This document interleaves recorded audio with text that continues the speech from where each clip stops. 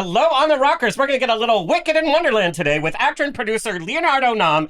You can choose. You can choose. Getting mad in Disney's Descendants, Wicked Wonderland, also from Westworld, Fast and Furious Tokyo Drift, Marvel's Werewolf by Night, and more. We are going to talk about it all with my co-host, modern musician, Steven Dehler, and me, your sassy host with the sassy most, buns and bows and pantyhose. The place where too glam to give a damn or raise a glass. It's on the rocks.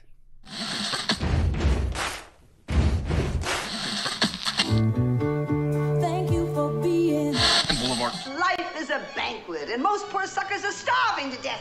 I'd like to propose a toast. This is On the Rocks with Alexander, where I drink with your favorite celebrities as we talk about fashion, entertainment, pop culture, reality TV, and, well, that's about it. So pop a cork, lean back, and raise a glass to On the Rocks. Fasten your seatbelts. It's going to be a bumpy night. Hello. Welcome to the show. It's already been a bumpy night. Follow us on Instagram and TikTok at On The Rocks On Air, and on Facebook, On The Rocks Radio Show. Send us an email, book us for a pride, funeral, quinceañera, bris. We don't care. We'll show up. Info at ontherocksradioshow.com. Also send us your comments, your guest requests, and your guest questions. Yes, this show is presented by Straw Hut Media. You can watch and or listen to every one of our over 400 episodes at ontherocksradioshow.com, YouTube, Facebook Watch, on I Love Gay LGBTQ, and of course, Bearwood Magazine. And make sure you check out our TikTok and Instagram because we're adding new video things and segments and cocktail People are sending us some stuff to test out, so you know. Steven knocked over the camera with his booty. I mean, you name it. Yeah. But On the Rocks On Air. Anyway, really excited for today. Yeah. We have a lot to talk about. A lot of credits here. Yes. Leonardo Nam, currently enjoying the spotlight as Maddox, the Mad Hatter's son, in the 5th installment of the Descendants franchise with Descendants, Wicked Wonderland, alongside Brandy and Rita Ora, by the way, with a soundtrack that is heating up the charts, by the way. He's also known as fan favorite Felix in HBO's Westworld and has starred in The Flash, Disjointed, Hawaii Five-0, Royal Pains, CSI, Bones, Sneaky Pete, DC's Universe Swamp Thing, by the way. Also, MacGyver and the final season of HBO's Room 104, which we're going to talk about because we have a lot in common with that episode, by the way. Film credits include The Sisterhood of the Traveling Pants 1 and 2. So many pants. Fast and the Furious. Pants get around. A lot of pants. I wear short pants. And Fast and Furious Tokyo Drift, the perfect score, one for the money. He's just not that into you. Oh, I've heard that one. And Vantage Point. He's all started in Origin, the Netflix comedy Yes Day, and Indie Hits. As an activist, he has combated bullying with The Unusual Suspects, Schools in Uganda, Habitat for Humanity, and more. And off-screen, he's entering a major new chapter creatively. What is going on? we're in a multiple universe. We're in the Wicked Wonderland. Do you see what's happening? There you go. With the launch of his own production company called Good On Ya. We're going to talk about it all. Independent film and television banner. He's focused on globally minded, character-driven storytelling. So we're going to find out what projects he's up to with that. And beyond the persona, he's a real-life daddy, too. Hi, Daddy. We're going to talk about it all. Please welcome, making his On the Rocks debut, Leonardo Nam. Hey! Oh, I'm so excited. Welcome. I'm trying to make a little rock sound here. Oh, Well, right. these are fake ice cubes, by the way. Because we can't have him clinking on the. I'm good. Add the clinking. Yeah. Clink. We'll add it in post. Yeah, there you go. Yeah, we're so chic. So let's just deep dive. Oh yeah, I'm so happy to be here with you guys. Like, yes. Oh my god. I'm very happy for you to be here. There's so many themes that we want to talk about. There's career highlights we want to talk about. So let's just dive in. To say that you had a colorful life before you even hit the screen is an understatement. Don't cry for me, Argentina. You were born in Argentina, Correct. Then raised in Australia from the age of 6. Yep. Son of Korean immigrants. Yeah. Which I also found out I was just I'm Japanese too. You know, like 23andMe and this whole like ancestry thing, like it's been such an interesting revelation. Like you talk about where you think you know one aspect of yourself and then suddenly this information comes in and then you're like, oh, okay, that's crazy. Like it kind of makes sense, you know, like Korea was colonized and what have you. And but I find that more and more people have this like layered cultural understanding, especially now that we have things like 23andMe and that kind of stuff. So I've random. 23andMe. DNA DNA was involved, but anyway. But now that you know that you have some Japanese culture to you, maybe you can start going out for Asian roles. Oh, maybe that'll be a change, guys. Did you call your casting Yeah, director? that'd be crazy. I'll call the 1-800 casting director. Yeah. There you go. That's what I'll do.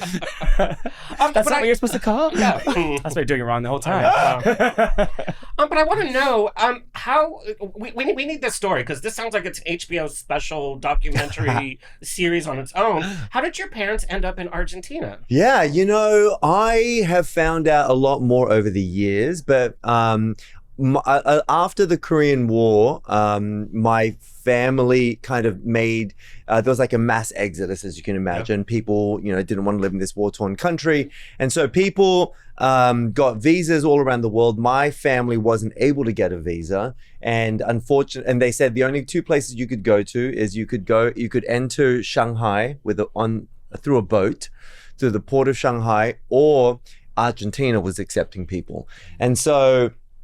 It happened again, like after the big wars as well. Like there were a lot of Jewish people in Shanghai because they could enter through the port. So my parents decided instead of going to Shanghai, they'd go to Argentina and get this. So my mom was very, very well educated, but she gets to Argentina, and then she's like about a year. She says kind of into it, and then she's like, Hola, I don't think that's English. I'm like, bless her heart. She's got, isn't that like wild? And so I found out that, there was an exodus out of Korea. They wanted to, form a better life. But I also believe that my grandfather was also kind of entangled with some sort of inside the political world in Korea. And so he was like, I got to go. I also found out he had like a city family and a country family. So I'm thinking, maybe that's why. He's like, I got to go. The dual families.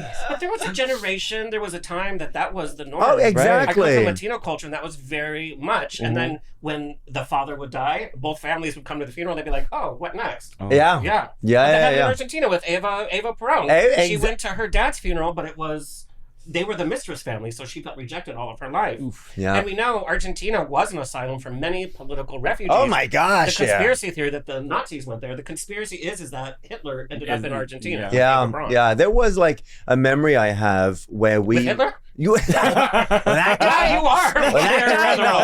I fucking killed him. No. So we lived in this kind of, out in the outskirts and kind of way out in the housing commission world, and there were 3 buildings, and there was like kind of like a ditch in the middle, and there was like a road, and the native was like almost like a native.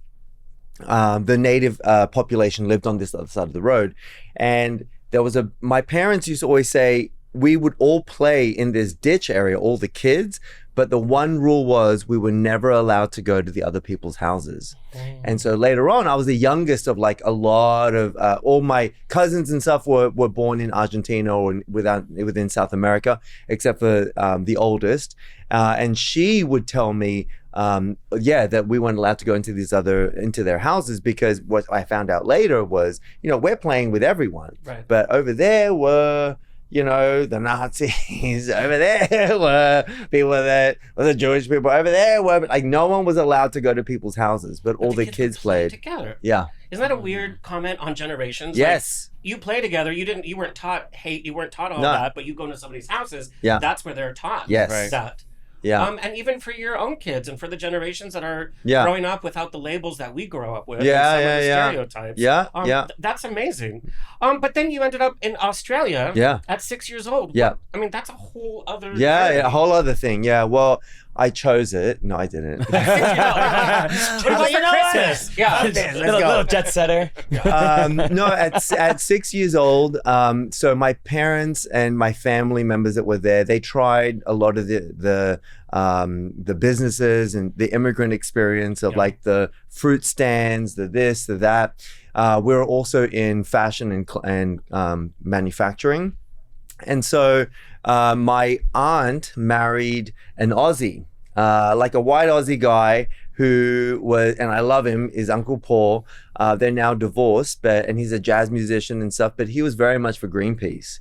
And so when they met in Europe, and then they went to Australia to get married, and then my grandmother, who was the city mum, right? Yeah. So that's the mentality she's coming from, and then goes to Argentina, and she's like, Argentina was very difficult for her, and it wasn't as prosperous as everyone kind of said it would be. And then the Falkland Wars happened in '85, and so it was a lot of like, we just came from war, man, like what's up here? Yeah. And so my aunt got married, so she went over to Australia to help her get married, her youngest daughter.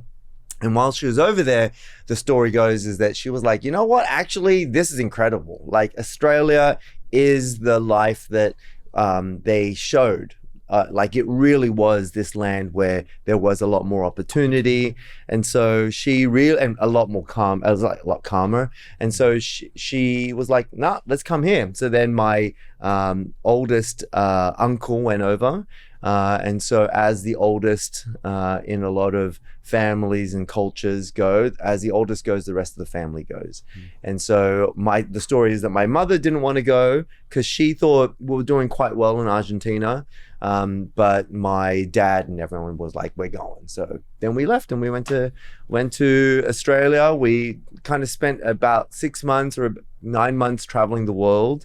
I have my first Disneyland experience in the rain at, wearing ponchos in front of the... That's the best time to go. Oh. Because everybody doesn't go, and you're like, I get on the rides. Yeah. Who cares if we get a little wet? But I don't remember the although I gotta say, the way you gotta go now is because I've done a show for Disney and several movies and stuff. When they give you the plaid, like the VIP plaid, that is like bonkers, man. That is like, it is out of control. One of my questions is do you get free Disney tickets?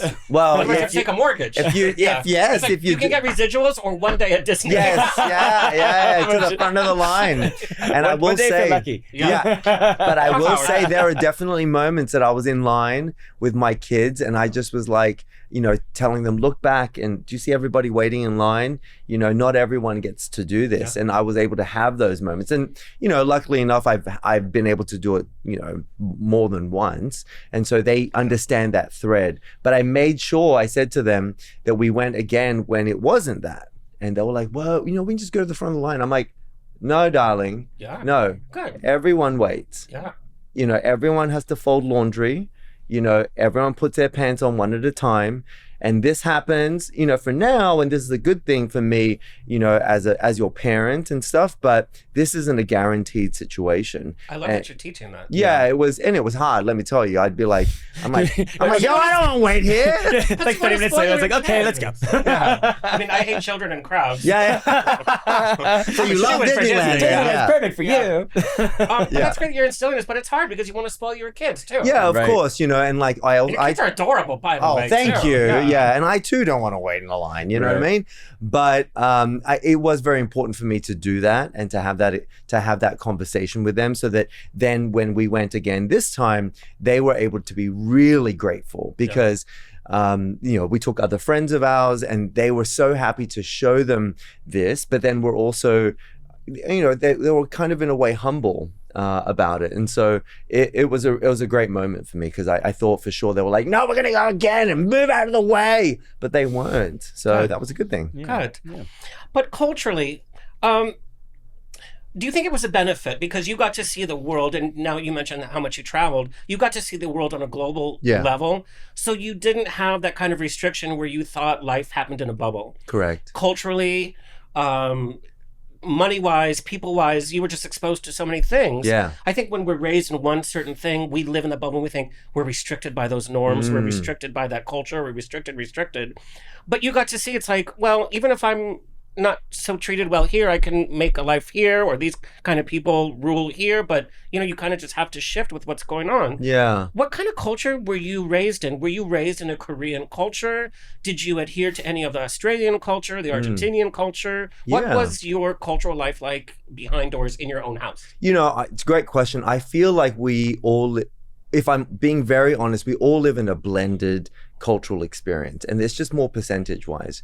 And I definitely learned very early on to code switch, not only because of, looking the way that I do and also, living in a different country at a certain time, but also being gay, right? And this was a different reality where I grew up in a Korean immigrant experience that was very steeped in Christian kind of, fundamentals.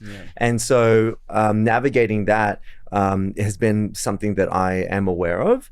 But I think what helped me by traveling and moving through these different cultures is that now as an actor, I always build stories that are imaginative, because it is not just, oh, this person grew up in Anaheim and this only went to one high school, what have you. I mean, that can serve a certain character if they are like, much larger than that, and they want to, run a fashion house and, live in this place and speak, Cambodian and French, but they're, from Ohio or something.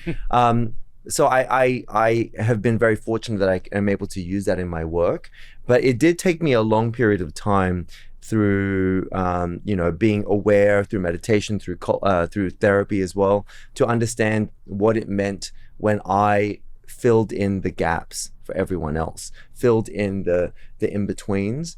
And so I think for me, what I take away from my whole cultural experience, when I look back from, being born in Argentina to now, being in LA, having a family that, frankly, I never thought, being a gay man, that I'd ever have a family, that I'd ever be married.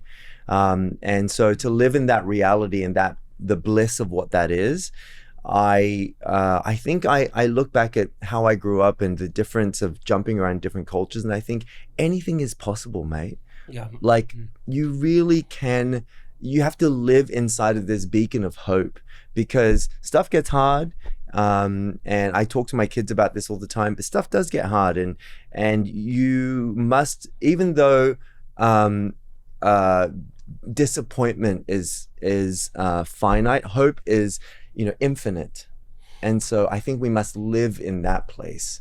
And also, if you get bullied on one street, you know that there's a whole world out there. You're like, it's so inconsequential that this one person has this one opinion, when I know that there's a world to travel, there's a world of opportunity. Correct, yeah. And so that it becomes so inconsequential. Yeah, I mean, in the moment it's difficult. Of course, and you've worked at anti-bullying at work. Yeah, but that perspective shift is everything, I think. So let's talk about your shift into acting, because you were supposed to be in architecture. You went to technical high school. Like, that was your thing. That's not acting. No, it was not. Yeah. So where was that first straw that you made the decision, okay, technical career, because you got your degree in it, right? No, I didn't graduate in architecture, but I definitely went to architecture school. It was a 6-year course at the time. And I'll never forget, when we went into architecture school, they said, welcome to the most overqualified, underpaid profession in the world. When you're 55, perhaps then you will start to make an actual salary and buy a house. You're like, and I thought, I'm in. Yeah, I was like, what? I'm in the wrong place. I'm gonna go be an actor. Just like slowly back out of the building. The guaranteed business. So I, for me, the first kind of spark of storytelling, of that imagination, probably happened watching Disney films. I'm going to be honest. Yeah. Like just that but I world. think that's part of every kid. That's what I love. That is one of the reasons why I did this film. But to go back to, in that moment back then, I was 12 and I went to an after school program. And so my brother, I'm the youngest of 3. My brother is a dancer and now a choreographer and a director. And so you want to talk about a hard life, like whether you, like as an actor, is a hard life, a dancer, that's other level, like respect of discipline, of trajectory, of like time and age. Hours, they are, and talk about fighting stereotype too. It's incredible, right? And so anyway, so we went to this after school program, and it was like in a Boy Scout like room. It was so random, but there was a dance side, a ballet and dance side, and then there was a drama side. And so my brother was very interested in the dance side, so he went there. But and he's older than I am. And what's his phone number? but get this, he ain't gay. It's Get like out. no, I'm telling you. Your parents must be so he confused. He went to a dance school, like a performing arts school, and it was the first year they accepted they made it co-ed.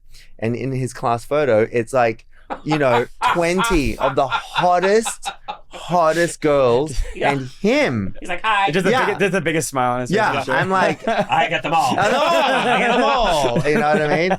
And he was charismatic and all that stuff. So That is funny. yeah, it's Talk what about I always against say to him. I'm like, stereotypes. don't you think that it should have been the other way around? But anyway, so I'm 12, and then the acting teacher, Ms. Hopwood, she was a wonderful person, and so she gave me the King Lear, the Edmund speech in King Lear in the Shakespeare How old play. are you? 12.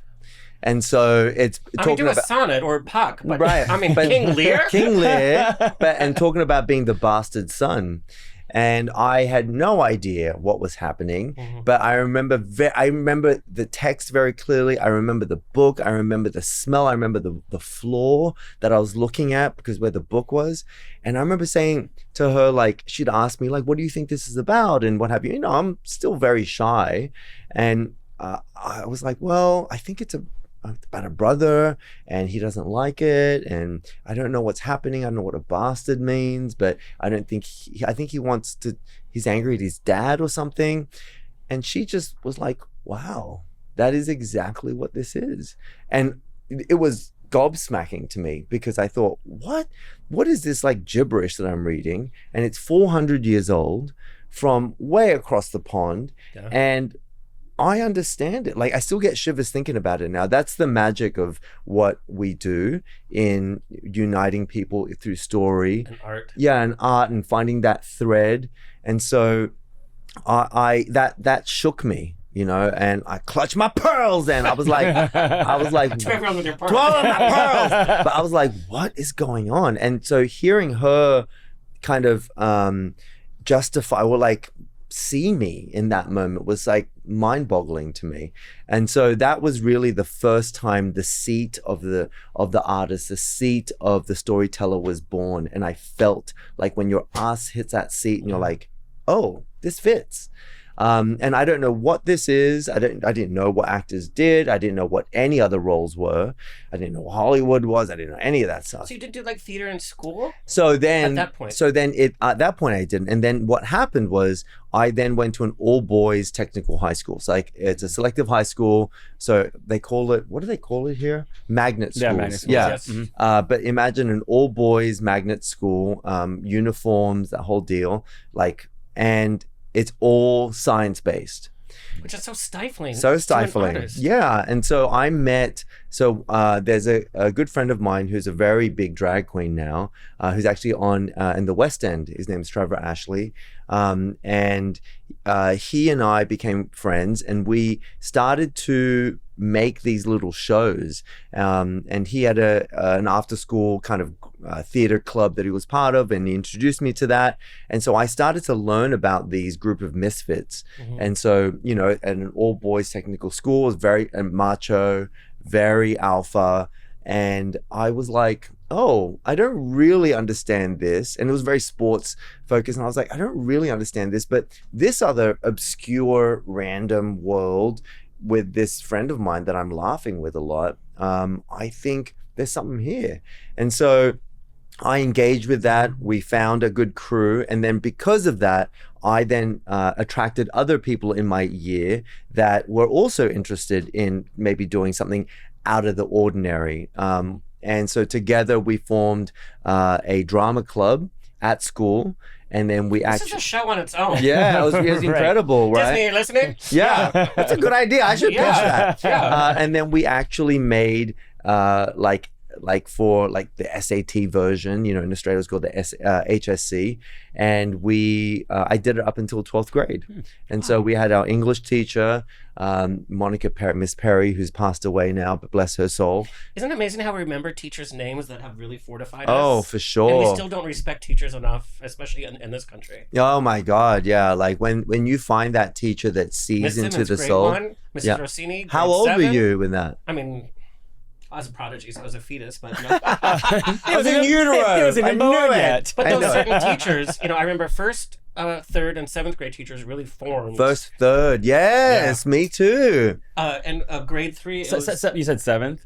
seventh. She was tough. Yeah. She was tough. She was tough on the bullies. She was tough on the smart kids. She was just a tough broad. Yeah. But you knew she was one of that tough love. Yeah. She taught me more about life and really challenging herself than any other teacher. Yeah. Third grade was Mrs. Horak, and she was just a bitch. Yeah. And she started the first day. That's when he learned the word bitch. And kids, I mean, kids don't watch it, but now that it's Disney, kids don't listen to this next part. The very first day of third grade, Mrs. Horak had us all sit down. She's like, we're going to learn these things this year. It was my first year of sex education. But she also said Santa's not real.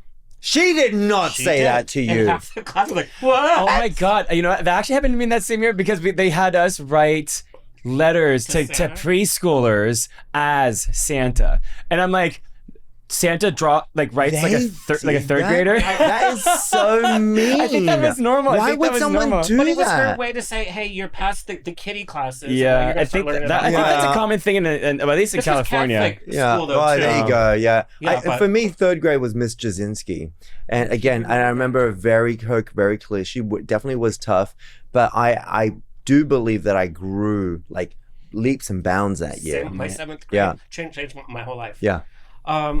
Yeah, incredible. What teachers do. We remember that. We do. And then this amazing experience, you were able to cultivate that at Yeah, such a I young was. age and learn about And to Shakespeare. know that I knew I needed to make it legitimate. I knew I needed to, all of us had to be able to graduate because we were tested every year. This is the environment I was in. You know, every year you needed to be tested to stay in the school, kind of the idea. I knew that I needed to do something that could be measured and that would we could justify it. And then I graduated from that. I remember I did a piece about I grew up in a household that was very tumultuous and had lots of domestic violence. And so I learned very early on to call it out, to understand that that's not okay. And to this day, you know, the healing goes on, you know, for years and onwards. But I'm really proud of my mother and what she was able to do. And I look at that as a when we were talking earlier about the beacon of hope.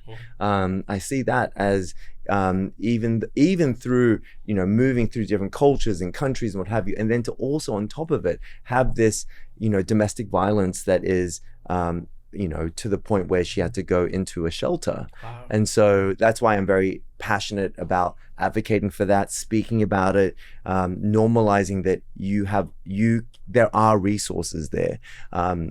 Not enough, but people do make it through the other side.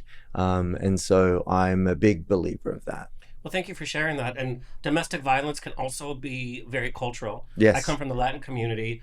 It happens, you ignore it, you don't talk about it. You don't talk about mental health, you don't talk about getting help, you don't talk about fighting back. And I know in other ethnicities, it's the same. Yeah. We know it's happening. And then nobody's able to break the cycle. Yeah, so Korean culture, especially the immigrant culture, then I call in and of itself, it is a different kind of like a subculture.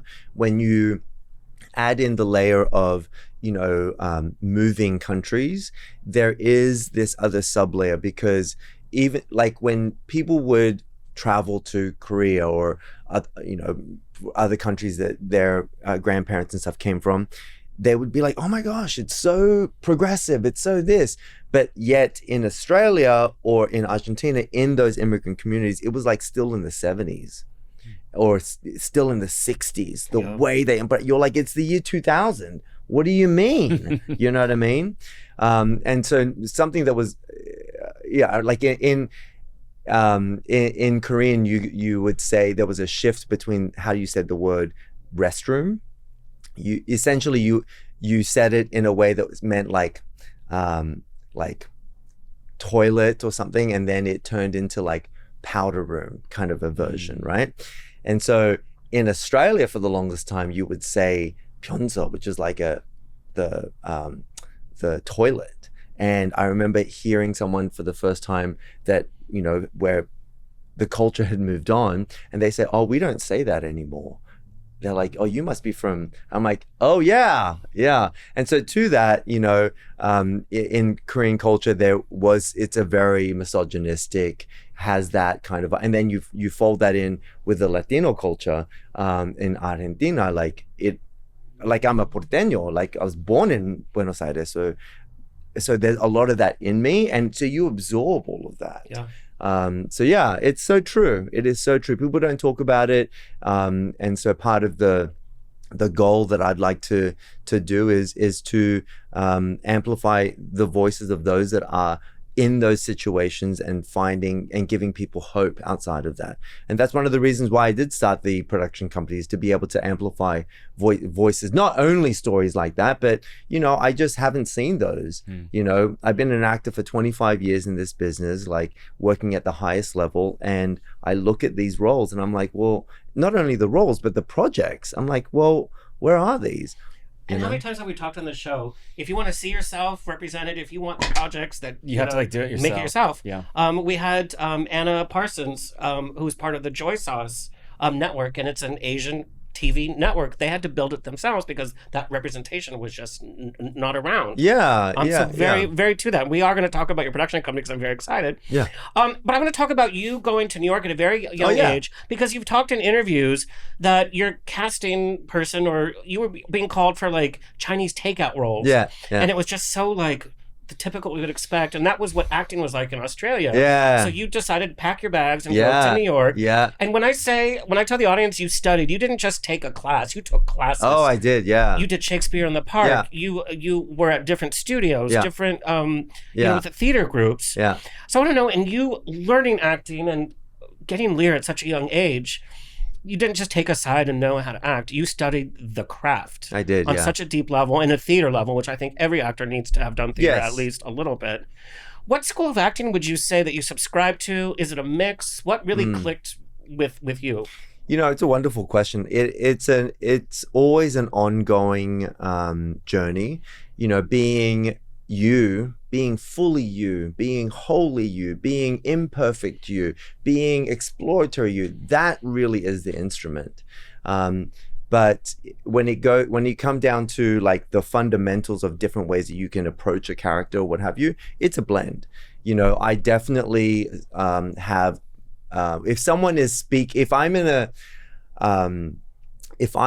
one of the tools that I always go to when I'm in a situation, I'm like, I don't understand organically what's happening, I will go to the Hagen technique. Okay. And it is, you know, very much focused on destination and physicality, because the body doesn't lie. And so I come from the mentality with my brother about dance, about body. And so, you know, I also too, like I mentioned, in my growth as a person, I also know that when something like abuse or domestic violence or something happens to you, you can disassociate, but your body remembers. And so something can trigger that. And so I really do believe in that technique. And so I always kind of subscribe to that. I look at, you know, kind of fundamentally, you know, what is the character doing, the scene, and physicality through destination, and that I start from that information to then build everything else. And then I'm able to, once I have like a solid understanding of what that is, then I'm able to kind of open the floodgates of who I am sensitivity wise, what's happening in my life, looking at when the project was written. You know, every project is political, no matter what anyone says, because the writer was writing it in a certain time, in a certain place, with certain constraints. And Shakespeare is all politics. Yeah, it is. Our life is, you know. Yeah. And so, not to say that every project has to have that, but you know, from my lens, that's what makes it interesting, you know. And so I justify a lot of the actions that I do as a character, and the reasons why I take a role from that perspective. Yeah. So you're in New York, you're experiencing new people, new situations. What is going on? You need a drink, yo. I feel like She's already showing her words. I'm making up words left and right. Disney's like, okay. Talk about a wicked wonderland. But again, we've talked about you've had this international view of life, and you're getting to study with amazing actors. Yeah. In New York City, which as we know is the hotbed Oh, of God, actual yes. acting. Yeah. Did you see that you would be limited, and also keeping in your experience in Australia that you were being sent shitty roles that were not even appropriate for you? Yeah. Did you see that you might be limited as an Asian man, as a queer man, as a queer Asian man? Yeah. And then did you ever hide your sexuality? Yeah. I mean, like I only came out in my 20s, and I'm very lucky that I had that confidence in myself and built a good community of people. I've been very lucky in my life to always have good people surrounding me, and I'm in their orbit too.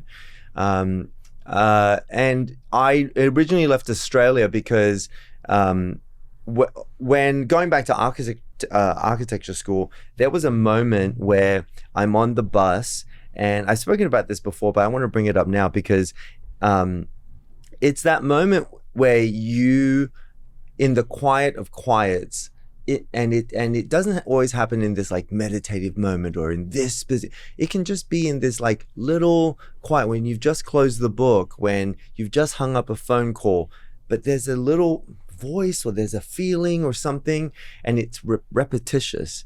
And I really subscribe to that because I was on the bus, and my architecture school, they called it the Red Center, was on the left. I had to cross the street, but I would get off the bus and the National Institute of Dramatic Arts was on the right. It literally, I literally, life is like, hello. Yeah, exactly. Like the bus stop is right there. And I was like, I gotta go right. I remember hearing that, you gotta go right. And I was like, what does that mean? And I was like, oh, fuck, it's like right here. I gotta go right here, you know?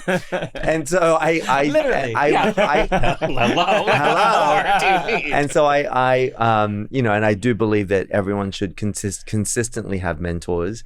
And I had another mentor of mine, Annie Swan, who was married to a prolific sculptor. And so I had a lot of my formative years in high school where I would work with her, and she's the one that introduced me to different types of tools and what it means to be a full living person in this world, because what a shame it is to kind of black out parts of your life, and also understanding that if you do that, then it comes back, the wall falls down on you like 20-time fold. So just honor where you are now and be curious about yourself. Every character is like that. And so Annie had, after I auditioned and I didn't get in, she had said to me, the guy had said to me, there were 2 monologues and then we had a lunch break in the third. And in the lunch break, he says to me, Leo, you need to go have an orgy. And I was like, what? I was like, where? Let's go. You're like, again? Yeah, again? I just came from one. It's been 3 this week. And so but he goes, you have the heart, but you don't have the scars yet. Oh. And I was just like, what? And he goes, go out there and see what everybody else is doing and just know that. And I'm rooting for you. And I thought, okay. And I didn't get in. And I remember Annie said to me, fucking great. She swore all the time. I loved her. And she was like, fucking great. You've got to go. You've got to leave. You've got to go to London. You've got to go to New York. You've got to go there. This is your opportunity. And I thought, what do you mean? I'm here in Australia. She's like, fine. I will introduce you to the producers here, right? And this is in Australia back in the day where there were only 3 channels. There was no cable. There was no streaming, obviously. And what year was this? This was 1874. The year you were born. Never gets old. Just me, apparently. So 1999 is when I left. And so I remember that year, 1999, cable hadn't come in yet. And she introduced me, and there were 3 or 4 shows that were happening in Australia. One was about a street, all the neighbors on the street, and one was about another kind of mobile home by Kath and Kim came later. Well, that's what yeah. Nice, very nice. Exactly. I want a cotton name, Mom. Yeah, Baby cheeses. Shut up! Get out of my brain. and so it was great. Like, you know, in that moment when she introduced me to that, I thought, okay. And they said, that's when they said to me, they go, hey, unless you want to be like, I did my speech and whatever. And they were like, wow, that was great. But unless you want to be the takeout boy for one episode, you're not gonna. Like, there's not gonna be like an Asian family, or it's gonna be you're the one adopted kid, and that's it. We're not from this one. That's what the show is. You're not going to. And I thought, oh shit. All right. So Annie was right. And so I thought, okay, let's go. You know, I've got my back. Let's just go. And so with $300 in my back pocket, I left. I went to New York. Lasted an hour. Yeah, right. Well, yeah. And then two slices of pizza. I slept in the park, That's right. I did read you slept in Central Park. But I had these auditions lined up, and you know, and that kind of was my mentality throughout my time in New York.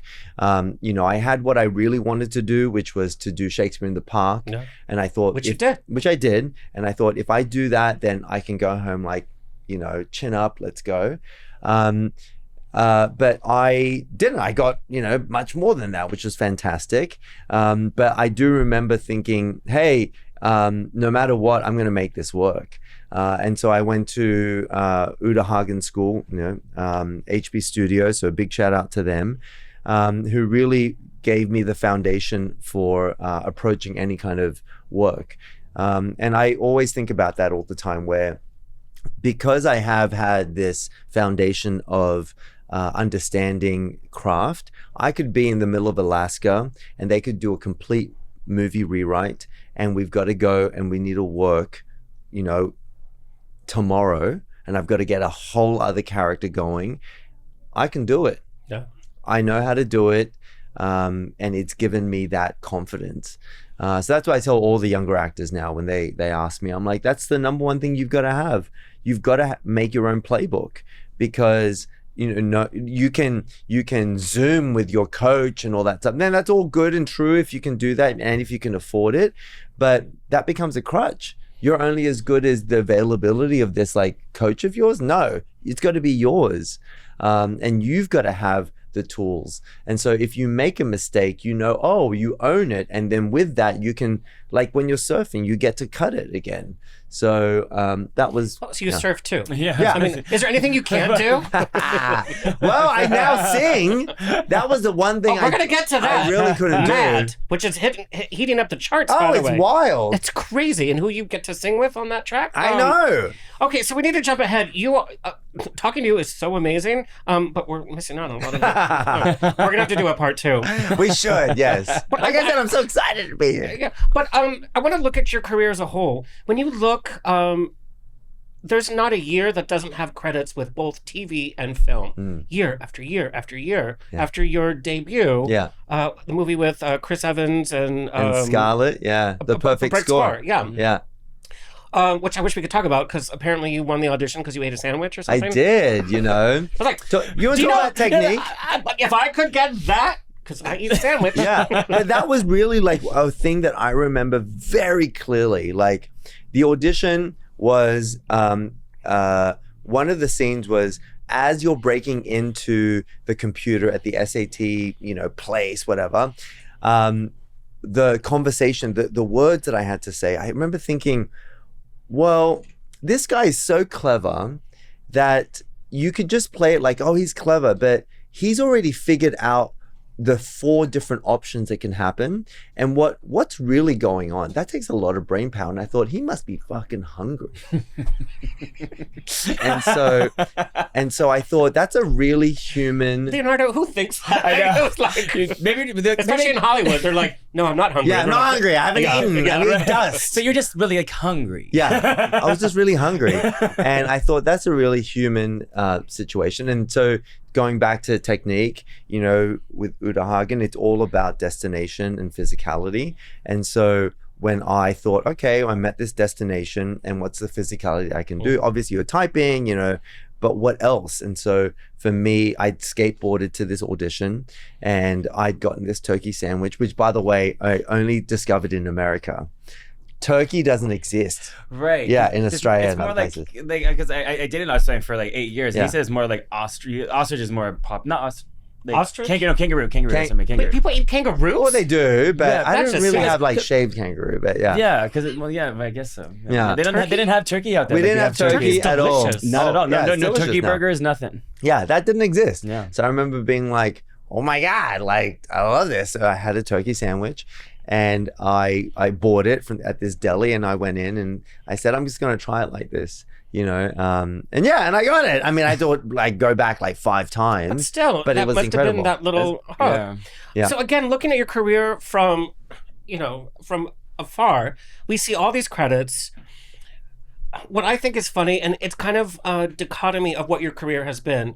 You film Fast and Furious Tokyo Drift, and we know it's machismo. It's like revving cars, and you have the blonde hair, and you're like, And then in that same kind of year, you're in Traveling... Sister of the Traveling Pants, yeah. And then you're a bigger role for the sequel. Yeah. But there's this total dichotomy. Yeah. Then you look at your career. Sure, there's some ethnic things in there. There's straight roles. There's everything. Yeah. Your career really has been all over the place. You did escape being pigeonholed. You escaped being typecast. How in the hell did you do that? I made that a really conscious choice. And it has been great at times, and also other times where it hurts. I if I'm being very real, there were times that I really wish I had taken this other role, because I would have paid for this and That's that. one of my questions. Yeah. Is there a role that you're like... Yeah, the big role for me that I think kind of, when I look back at it, I think, oh, maybe I should have done that. I'd come off of doing Shakespeare in the Park, so I'm in dream come true mode. I'm in New York City, where I'm like, I've made it. This is the best. Like, you don't have to sleep on the bench yes, anymore. I'm in my young 20s. I've made all this money for the first time, which was gone like this, by the way, guys. Well, yeah. Someone should have taught me that. It's theater. Yeah. But I was like, I couldn't believe this. And then I got this incredible role, The Perfect Score, with, for this studio and all that stuff. And everyone had shared with me, look, if you do 2 roles that are the same, you're going to be pigeonholed. And this is back in the day where if you did film, you didn't do TV. Right.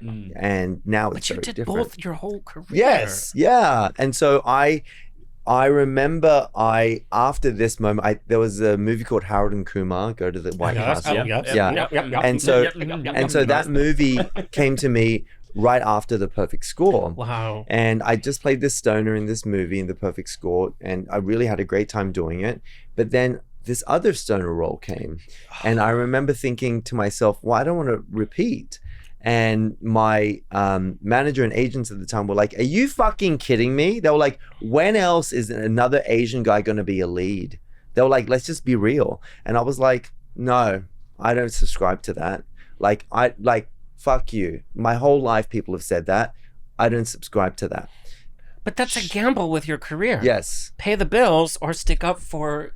what I believe in, Right. right? And I should have done it, but... I think you've done fine. I know. But who knew it was going to turn into this whole other thing? Yeah. But thank you for saying that. But I do still subscribe to the idea of I don't want to only be known for one thing, which is one of the reasons why when I did the Wicked Wonderland Descendants film, I actively pursued a role which is polar opposite. There's a movie called Love is the Monster, and it's a Finnish horror film, and it's a very atmospheric film, and I paired that with another kind of more arts-driven project called Rolling Sea, and where I played this kind of idea of someone's memory of a ghost, and I'm the boyfriend that is lost, and I really enjoyed doing that, and I knew I needed to do that so that I could, in a way, empty my cup, so that when I do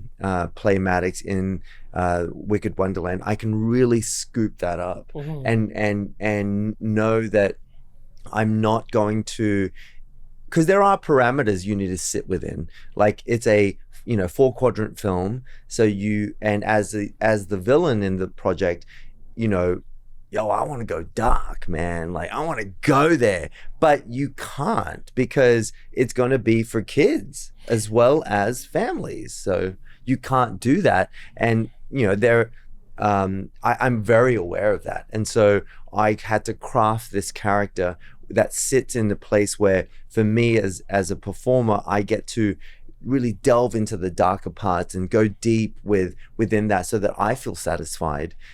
So that's why I paired it with doing this other horror film, so that I got to be so crazy in that one and so nude, and my kids are never going to watch that film. Let me tell you. They'll find it. Oh, they'll find it. Blackmail. I want a new iPad. Yeah. I'm like, sure. Do kids even get iPads anymore? Are you kidding me? Yes, they do. They love the iPad. Okay, we're gonna get into Disney. We're gonna skip. You have to come back for part 2. Yeah. Because there's a lot. But before we get into Disney, there's something that you did, and it's just so weird that it hits a lot of stuff that we've been talking about personally. You did an episode of Room 104. Oh yeah. Room 104. If our audience doesn't know, what a great show. It was kind of like the Twilight Zone. Yeah. I mean, just a really fast recap. Room 104 took place in one hotel room over decades. Some shows could be comedy. Some shows could be rom-com. Some shows could be supernatural. Some shows could be horror. Could be musicals. Could be musicals with some of the biggest stars all around. Everybody wanted to do the show. It was such a great show. You did an episode called The Night That Baby Died, and baby with 2 B's, by the way. Yeah. Or Babby. We call it Babby, yeah. Right. It was just you and Lily Gladstone. Yeah. 2 actors, 1 room. This is your set. Yeah. Which... that when you watch that as a viewer, you get anxiety because you're just here, right? So the premise is you and Lily were best friends in every possible way, texting each other, like everything, playing Nintendo together, but inseparable. And just as real friendship happens, who knows what happens when you think about it? But there's a decade that has gone on between you two. You come back together to try to rekindle and capture what that friendship was. How many times have we talked about this in the last few months? Number 1, filming that. Yeah. It must have been a throwback to theater acting. Yeah. It's like a 2-person show. Yeah. The 2 of you had to carry that whole episode. Yeah.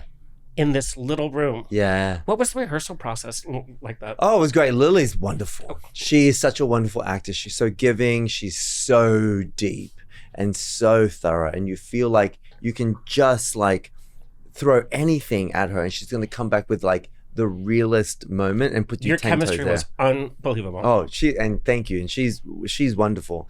So our rehearsal process, we actually didn't get that much rehearsal. It's a TV show. It's a TV show. And it happened actually randomly when my family was visiting from London. And so did they get to go to set? They didn't. Oh. Yeah, it was just unfortunate. But it was wonderful because I've had friendships and have friendships that have been from Australia, way back from back in, not in the sandbox, but 7th grade even and from stuff. New York experience too. Yeah. And so I pulled a lot from that, a lot, and it was it got really sad for me. Yeah, it got. It was really a sad episode. Yeah, it got really sad. But I love it because it's pretend, and I get to have this box to do it in. Yeah. And then Literally. and then I just can't imagine how stifling as an actor though. The cameras are right here. Yeah. You only have one other person. Yeah. And usually when you're in a 2-person show, there's the audience is there and you can feed off you can of that. feel yeah. And they're the studio's okay. Yeah, we gotta go. Yep. We gotta go. Yeah. But it was so fun. It felt like being back in theater again. I kind of felt that. Watching Room 104 felt like I was watching theater. Yeah. It was so imaginative, Yeah. the way that every episode was different. But our conversation and, sometimes people are in our lives for a moment. Yeah. And it's the most perfect moment. Yeah. You can't go back and recapture it, even with that same person. Yeah. And you can't. You just can't. Yeah.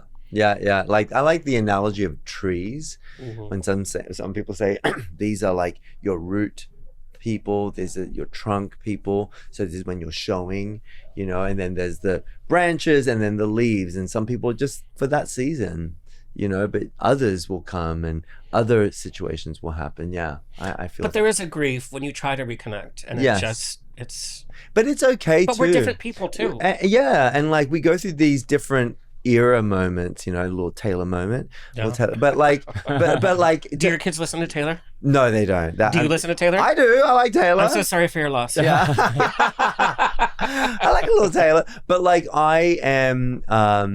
I really believe that you have to embrace the reality of what is, because if you keep searching in that anxiety, then you're missing the beauty of what is now, like the actual beauty that is happening now. And even this conflict, it's only a conflict because you're seeing it as a conflict.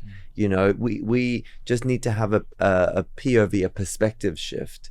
That's the reason why this is happening now, is to show you that you have the power to do a perspective shift and let love in. You know, you can love that person still, but love them in the way that you are now, not in the way that was. Why couldn't we say that? Because we're drunk. No, we're at the bar thinking about our past friends. Yeah, like, hang on a minute. God damn. We handle this. Oh, well, move on. Okay, Disney lovers, calm your pants. The time has arrived. Descendants, playing Maddox Hatter, the son of Mad Hatter. Where do we begin? What was your audition like for this role? Yeah, let's start with thanks. that before we break down the character. So I definitely auditioned for this project, and I wanted it. I've got to tell you that, because I knew that Suzanne Todd, the producer, was brought on board to reboot the franchise and to elevate it. So when it first came to me, I said to my agent, I'm like, wait, hang on a minute, like, what? Yeah. I'm gonna do this? Like, what is this? And he's like, no. They brought in Suzanne Todd. They're gonna elevate. She just did Alice in Wonderland with Johnny Depp, like, and this is the role. And I was like, whoa, okay. And it's not a little role. Yeah. And I thought, okay. And then I was like, hang on a minute. I don't sing. Like, it's a musical, right? And then he's like, yeah, but this is your song's doing pretty well right now. But in the original, in Rise of Red, they were like, oh, you're the only character that doesn't sing. And you're like, I'm fine with that. Yeah, I was like, great. I can act all day. Like, we can do this, right? It's Disney. Yeah. My kids want to go to the front of the line. Let's go. And so I remember very clearly thinking to myself, well, this guy is an inventor. And so he's always going to be around things that are mechanical, man-made, engineering, and that's the power that he has. But I said to myself, what's the most provocative thing that someone that has everything man-made, that they're always trying to strive for, and everyone's striving for nature. Everyone's looking for that. And so I thought to myself at the beginning of the scene, because Red, the main character, she comes through some portal that I've made and stuff.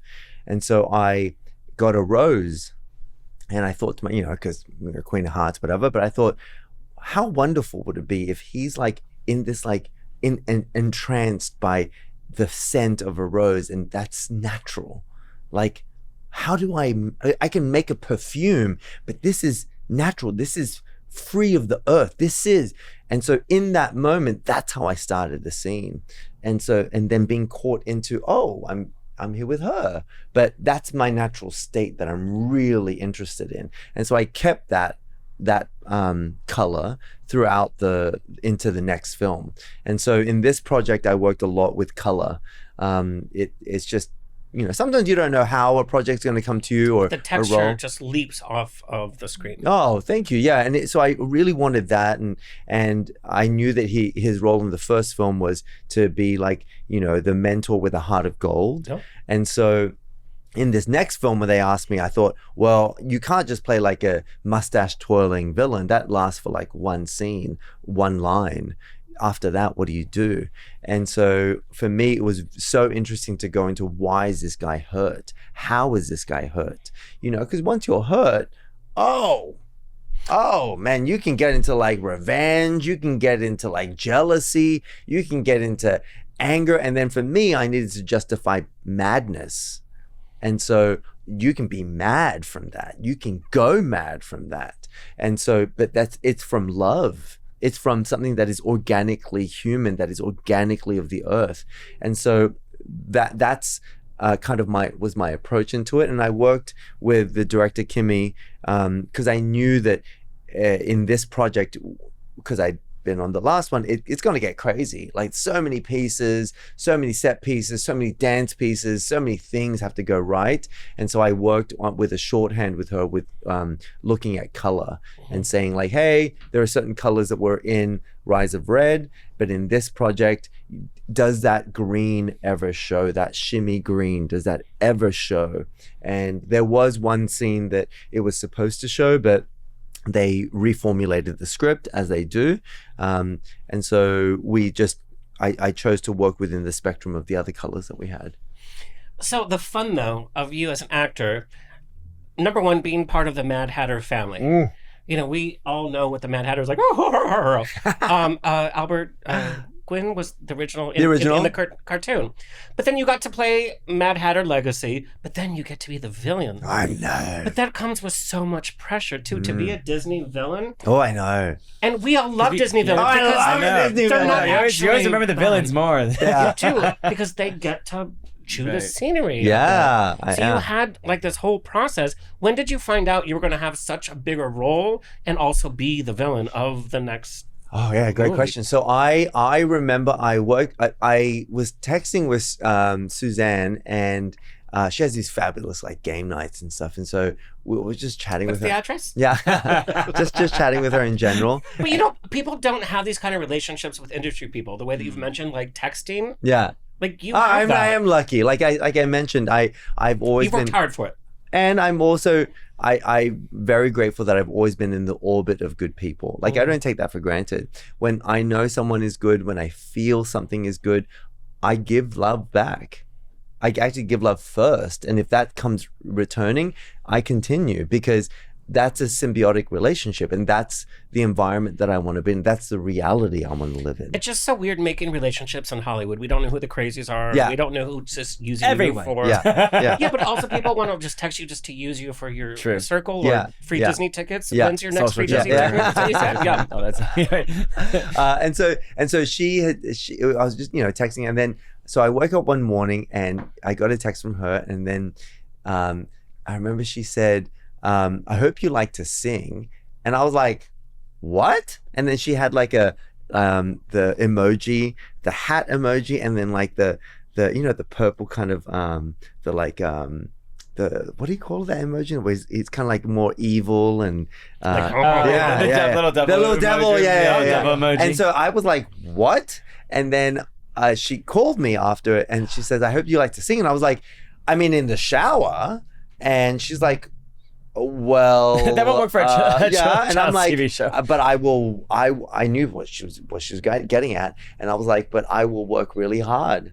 I will work, and I love. So that's how you found out you were the villain? That is how I found out. That? Yeah, and then. Did you get a little like sweaty and like? Oh, for sure. I remember. It's the Descendants franchise. Yeah, and I went to my husband. And I was like, "Yo, this is crazy." She just said this. You said yo. I did. I said yo. Did you? I was like, or did you say girl? No. I was like, yo. Tokyo Drift, yo. This is crazy. Like, they're asking me to do a song, and it's going to be the villain song, like the theme song. And guess who else sings on the track? Brandy and Rita Ora. Are you kidding me? I mean, that's like you could say I'm on a gagging. chart topping with Brandy and Rita Gagging. Ora. I remember in the first film when I knew that they were in the film, I remember telling everyone, hey, did you see Brandy? Did you see Rita? Like, what are they like? Blah, blah, blah. But then doing this film, it was like, yeah, it was just incredible to come back and to do that. Like, when they asked me to be the villain, I just was like,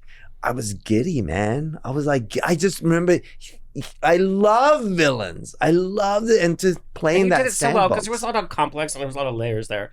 And we also rooted for him because we knew that he was a good guy. He's Thank you. That's he's a victim of circumstances. That's the layers I was trying to put in, right? So they're geniuses. But let's talk about Descendants as a whole. Mm-hmm. The whole Descendants franchise was such a huge gamble. Genius. It really challenged the norms of what we envision certain Disney characters to be, even with their offspring. ethnicities be damned. Yeah. It was diversive. We have boys wearing nail polish and makeup and colored hair. Nobody cared. It was a huge gamble, but the audiences loved it. Yeah. Why do audiences love Descendants so much? I have to say, like, I love the fandom. Like, I've been part of other franchises before, and this one is really special. Like, they really, really, really love and care for these characters. I think it's probably, this is my feeling, is that what I love about the franchise is that it's got so much to do with love and second chances. And I think that is a universal story, and it's ongoing. It's just genius for me. And so I think that's why. And so and what they've done in this new franchise, in this reboot, they've opened up these whole universes. Like, it's gone, now we're in Wonderland. Like, what? And it can be completely different. Like, can you imagine where else they can go? And now they've opened up the Locker Diaries as well. I was like, when that happened, I was like, oh my God, you guys are so smart. Like, this is so good. Marvel's looking, but they're still owned by Disney, but Marvel's looking like, oh, what all these spin-offs? Exactly. And then, like, the tour, I was like, what? That's incredible to me. And so, I don't know. I think it's, the reason why I like the franchise is because I relate to that part. You know, I really do. And I want my kids to see that too. And you know, from the beginning, they've always brought in like incredible actors and Broadway people. Like, I just, you know, I can see this as a Broadway musical. Like, 100%. I can see this like 1000% as that. But we also talked about the younger generation doesn't care about these norms. So if a boy is wearing nail polish and makeup, they don't think anything of it. Yeah. Right? Gay, straight, they don't have those constrictions. Yeah. And for you as a father to be able to be part of that for your kids must just be amazing. Oh yeah, I remember like having conversations with them about, like, you know, that Disney and Suzanne were both great about building the character, and so I had a say in, you know, the wig or the colors, or, you know, how something sits, or the costume and the look and stuff, and it's incredible to be part of that. But part of the conversation was the nails and like the guy liner and this and that, but it just fits. Yeah, and it's sexy and it's fun. Oh, I like these. It's sexy and it's fluid. Yeah. So you posted a little behind the scenes of you recording "Mad," which is your hit track, which is going crazy. Number one, melody is so catchy. It's like another earworm. I don't need to see that, but it's there. But you also posted that you got kicked out of choir. Yeah, I did. Tell us the story. So, you know, I was in choir. I was in Australia in or Australia, Argentina? in Australia in my teens, and it was like a church choir. And so I remember they were like, something's off, something's going off, right? It's that guy right there. Yeah, and so Something's wicked. And so they made everyone go line by line. Oh God, that's so awful. That And then they were like, awful. and they were like, actually, it's this line. Oh, so no. let's go individually down. It was you. And it was me. I thought it was gonna be my brother. The dancer? Yeah, but The it was straight dancer? me. It was me. And then I got kicked out. And Are you so, sure you're gay? Yeah. Can't sing, can't dance. And so I got kicked out, and I've got to say, like, it really traumatized me. And so one of the scariest moments, So that's why you thought you couldn't be a singer. of my life was going in to record that. I remember the moment before. But I it's was a like challenge. shaking. And your whole career, it seems like you've just been challenging yourself and challenging yourself. Yeah. And I like that, you know, like if like there are so many times, like, actually I shot the Descendants in Vancouver, and I shot The Perfect Score in Vancouver, and I've, you know, shot other stuff up there, but I stayed at the same hotel. I actually stayed in the same room. No. Room I'm 104? serious. Yeah. Is that true? Yeah, I did. Because Life just sends you signs. isn't it You weird? poor thing. Yeah, Like, and I I've never actually- had a day off, and life is saying, get on this bus. Get on this bus. Yeah. Your own And hotel then room. I ended up That's in that insane. room. You know, I moved rooms What a couple happened of when you found that out? So I remember being like, I was like, this is so weird. And I texted one of my friends that was in The Perfect Score, and he was like, yeah. Was it Chris Evans? No, it was Brian. And this one. Yeah, is it Chris Evans? Please God, is it Chris Evans? But I remember Chris was diagonal to me. And because I remember very clearly remembering that and where Scarlett was as well. And I remember, so I finished filming and I ask myself this all the time. When I feel something that is a larger emotion and, you know, good or bad, what have you, but I just give myself the grace and the space to, I always ask myself, why do I feel like this? And whatever answer is okay. But a lot of times I will finish, you know, doing something and I feel anxious or this or that.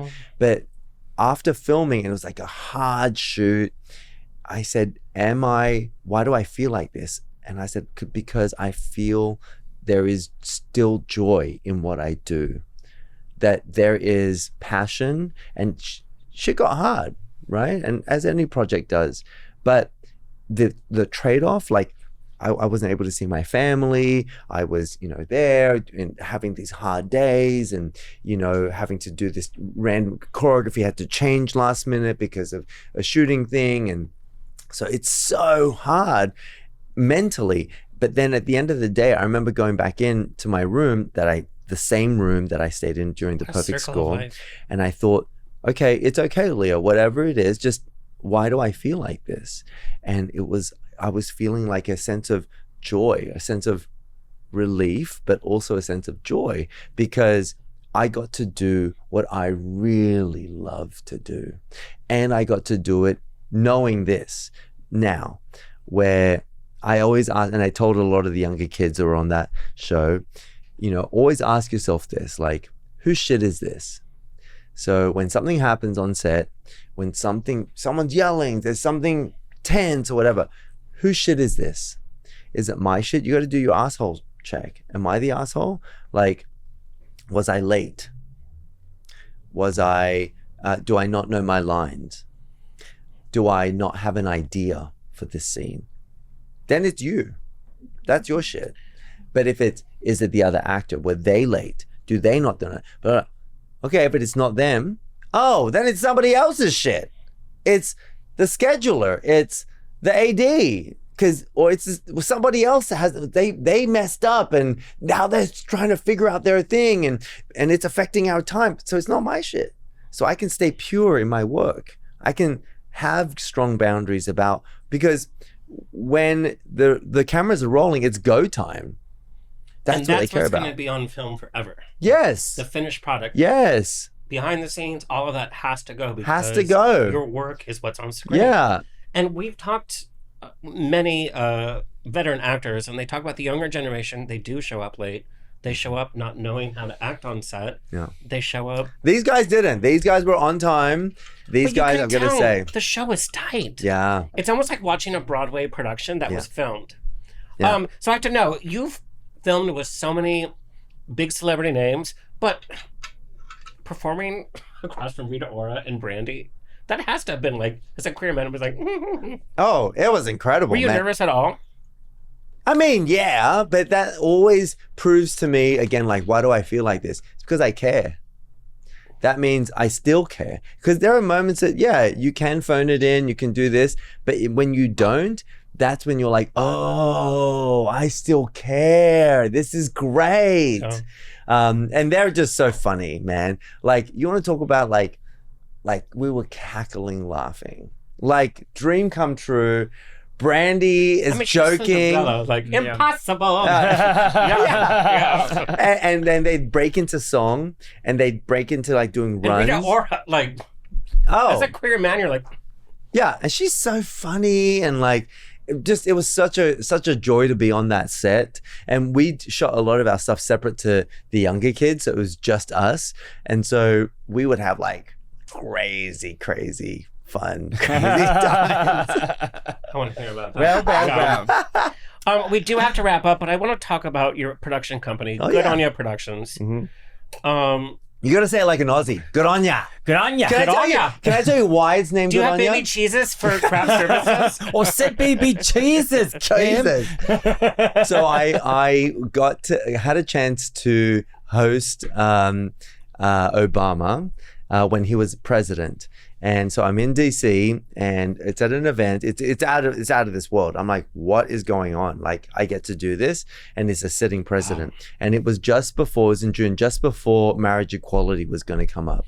Wow. Yeah. And so I knew that Mike, my husband, and I were going to get married, and we talked about having kids, very early on in our relationship. Again, something I never thought was possible, right. But here we go. And so I remember people saying to me, so you're going to ask a question, right? Like, it's a sitting president, you're the host, they're going to literally say, Leo, this is Obama. Not Leo Obama, but like, the president, And I was like, oh my God, I actually am going to have this opportunity. And so I was going to ask him about marriage equality. I had my questions all set out, and my husband's It's like that episode of Golden Girls. You're too young for Golden Girls. No, don't. Remember when Dorothy met Bush and she was like, I'm a teacher. Exactly that. No, it was exactly that. So get this. So he's going down the line and he's saying hi to people, and security has already like vetted me. So I'm going to get this moment with him, right? But he's saying hello to some other people. And then he's my husband is to the right of me. There's Grace Park, another fun, wonderful actor, but she's there. And so I'm going to ask the question. So I go to shake his hand, and he's like, oh, Leo, great show, blah, blah. And he's telling me this. And then he looks at me and he smiles, like this incredible smile. I'm like, I'm going to ask a question. And then I just said to him, good on ya. And that's the name of your production company. It is. And then he looks at me and he's like, okay. That's it. And then he just moved on. He was like, Michelle. But I've got to say, maybe not for a Christmas party. So then my husband, Mike, is looking at me. He's like, oh, you failed. And then he's like, I look at him and I'm like, oh my God, I can't believe I just messed up. And then he's like, he looks at President Obama, and then he shakes his hand, and then I hear him say, Mr. President. And that's it. That's all he said. Everyone just goes like, this is like Mr. University of Chicago on a scholarship, Mr. MBA, or like. Obama's like, is it too late about same-sex marriage? Yeah, they obviously can't speak English. And our current president's opposite. He's the one that's going Blake with everything. Yeah, it was so wild, but that was one of the reasons why I called it good on ya. Funny. I was like, because it's like in Aussie slang to be like, I got your back. Yeah, good on ya. Yeah, good on ya. Our only Australian is Catherine Kim. Catherine Kim. Look at my blogs. Jemay Private School wrote like that one. Oh, Jemay. Jamai's. But that's amazing that you met Obama. He obviously knew like your interaction and everything. It is incredible. And you've done a lot in terms of, being a representative. Yeah, so I got good on ya. Good on ya. Good on ya. You gotta like kind of yell it. Like, good on ya. Yeah, I feel like I should yell it. Yeah. Good on you. So what kind of projects are you going to be doing? What's in the works? Yeah, so I have a wonderful project called A Vintage Crime, and it's a true crime story of the largest wine heist in FBI history. And it's, Was it us? Wine time! Wine time! Last week, let me tell you. And so it's a really interesting story, and it goes, cross-cultural. It goes, it happened in America, it happened in New York, in LA. He duped a bunch of people, but it happened over in Asia, but it also takes place in France as well, and Italy.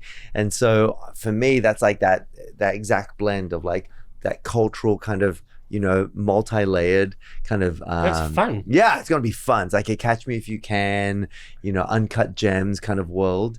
Uncut jams. Remember that was what's her face? What? Julia Fox. Uncut Jams. I thought it was Uncut Gems. Gems. Yeah. Safdie. Yeah. Safdie Brothers. I don't know what reference you're talking about. You lost me. Gems, Julia Fox. Uncut Gems. So I'm doing that, and then I've got... that was a fail. Yeah, I was like, I don't know about that, Alexander. Crickets, just to give you the... And so then I have other projects that I've gotten. So like, I love, when someone reads a project or reads a book, and they go, oh, what about this? Like, now I'm at this place where I never thought would happen, where people are coming to me with projects, and I feel very grateful.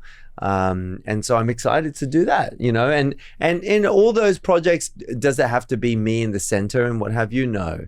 And that's okay, because one of the reasons why I like to produce is that, growing up, I wanted to be Whitney Houston. right? No, I really did. No, We just talked about her Barbie. I know her Barbie just Last came night. out. We literally just talked about her I Barbie. literally want to be Whitney Houston. And I would lay down, I would listen to the Bodyguard soundtrack.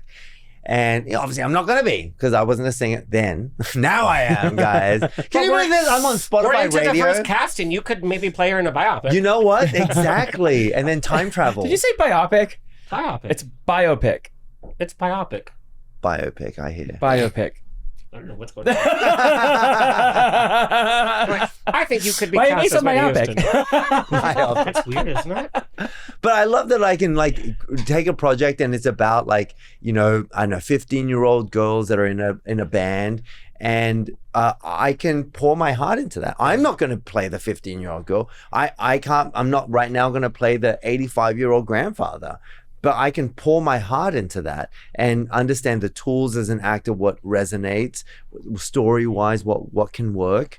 And so I'm really grateful that I can also kind of play in that sandbox as well. And I've got to say, it is kind of very empowering when you start to talk about projects and then you're talking about budgets in the millions and you're like, this is happening. Yeah. And it's But 'cause of you've me. worked for this for decades. Yeah, Right. I have. You have put the time in, and we talk about this. You can't just want to be famous. Yeah. You have to have a sincerity. You have to work hard, and Yeah. you've obviously done it. And what a gift as a father to share with your kids. Oh yeah, I've got In to tell terms you. of hard work. Yeah. Do one of your sons want to get into acting? Oh, I don't know about that, but like They've never said anything. they haven't really said anything. But I will say at the beginning they were like, oh, you know, whatever, you do this, okay. They didn't really get it, and then But they're like, oh, for the PTA, like, my dad isn't. yeah, now they're getting it because a lot of the families, you know, everyone's seen it, so they reach out to them. They at the premiere. I remember I took a moment and I looked over. We're at the Academy. That's where the premiere was. And it was just a really wonderful moment for me to kind of just pocket it and say, I looked at them and I saw the movie reflecting in their eyes and they were so into it. And it just makes me cry when I think about it because I thought, how wonderful, Leo. Like, no matter what's happening in this world, this moment is real. This moment is real for them. And I'm taking a moment to absorb that. And that's something I'm going to take with me forever. You know, they're going to grow older, and I won't be cool anymore, and all that stuff. You'll But always right be now, cool. You were Maddox Hatter. What year did you meet your husband? I met him probably about 17 years ago. But So he's been part of your career too. yeah, and we've been married since 2014. And so it's been a long journey, but a really grateful journey. How do you make everything work in terms of you're very busy, you're a husband, you're a father, you need to make all of these things work. Yeah. You guys have moved around. Yeah. You're in LA. Yeah, you know, I think you make it work by assuming positive intent, because I have already made I know I'm a good guy. I love in the way that I love, and it's a truthful love. It's not like, and if something's going wrong, it's not because I'm like maliciously trying to do something different. I'm like, no, I'm sorry that it came out that way, but my intent is I want to make sure that you have coffee. That's why I gave you this coffee cup, and I'm sorry that I shoved it in front of your face, when sometimes it can come off like, what? Why'd you do that? And so I think for me, the biggest lesson is to assume positive intent. Like, I've made good decisions with who this person is, with what I want to build with them. And, life gets hard, man. There are moments where stuff that you wish or you thought was going to go a certain way and it doesn't. And that's really hard. And that's so soul crushing. But I look around and suddenly I go, okay, 10 toes, where am I? What do I have? Be grateful for this. And he's been there through the highs and the lows, and I've been there with him too. And I go back to that because everyone at any moment can start to, like, you're on this path in life, and then you start to kind of, life happens and you do this. But if you continue to do that, in 2 years you're over here. Yeah. But it's supposed to here where you can make the choice to go lean in, and so for me, I think it's a difficult thing at times, obviously, but it's okay to act the fool in front of him, like so long as you have positive intent, and that you've spoken about that with the other person, because then you at least have that baseline. And shit gets crazy like real quick. And no life is a Disney romance.